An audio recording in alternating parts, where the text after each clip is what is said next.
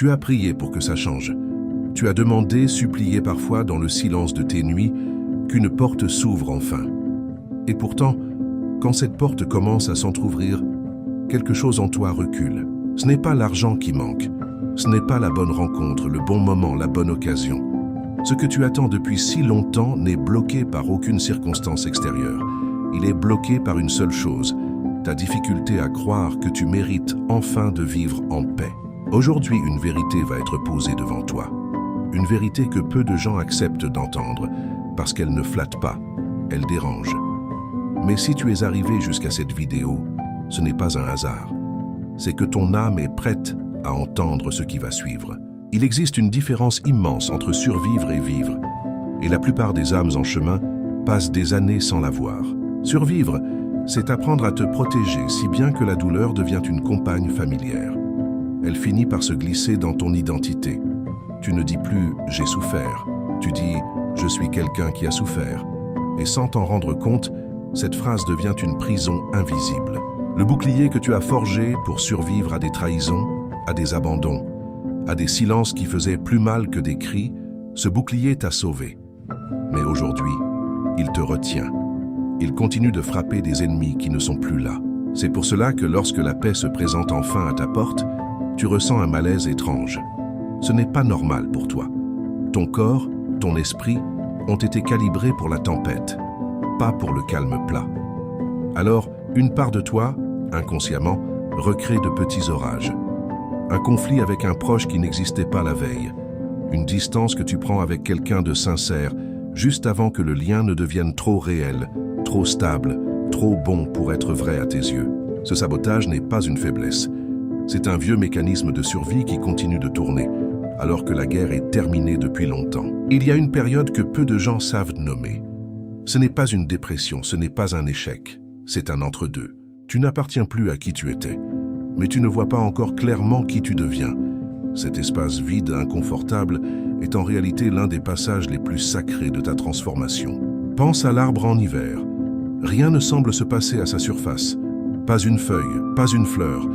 Et pourtant, sous la terre, ses racines s'enfoncent plus profondément qu'à aucun autre moment de l'année. Ce que tu traverses aujourd'hui n'est pas une stagnation. C'est une réorganisation intérieure profonde. Certains signes ne trompent pas. Tu perds l'intérêt pour des objectifs qui t'obsédaient il y a un an. Le regard des autres, leurs jugements, leurs attentes ne pèsent plus sur toi comme avant. Tu acceptes le silence. Là où avant tu avais besoin de combler chaque vide. Une légèreté nouvelle s'installe, même si tu ne sais pas encore pourquoi. Ce n'est pas toi qui régresse. C'est ton âme qui se réaligne avec une version de toi que tu n'as pas encore rencontrée. On t'a appris à te battre. Personne ne t'a appris à recevoir. Et pourtant, recevoir demande souvent plus de courage que de lutter. Accepter la tendresse après avoir connu l'abandon. Faire confiance après avoir été trahi. Se reposer après avoir porté seul des charges que d'autres n'ont jamais vues. Il existe une différence essentielle entre être protégé et être emprisonné. L'armure qui t'a permis de survivre à une époque de ta vie peut devenir, sans que tu le remarques, le mur qui empêche l'amour, les opportunités et la paix d'entrer. Beaucoup portent en eux une dette invisible, la croyance profonde qu'il faut souffrir suffisamment pour mériter le bonheur. Comme si la joie devait toujours se payer par une dose de douleur préalable. Cette croyance n'est pas une vérité spirituelle. C'est une blessure qui s'est déguisée en principe de vie. Il vient un moment où tu dois choisir entre tout prévoir et enfin vivre.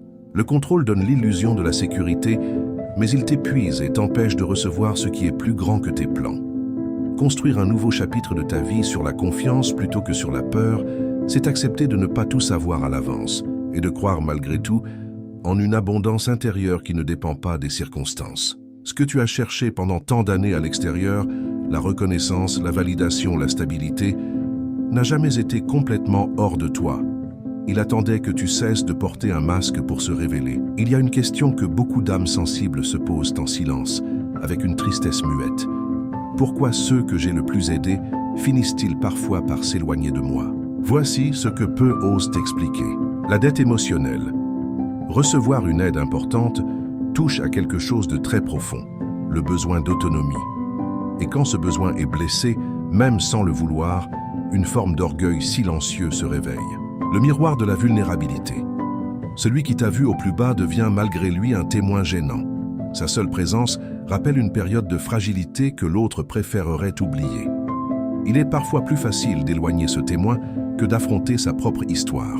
La hiérarchie invisible. Aider crée sans le vouloir une dynamique entre celui qui donne et celui qui reçoit.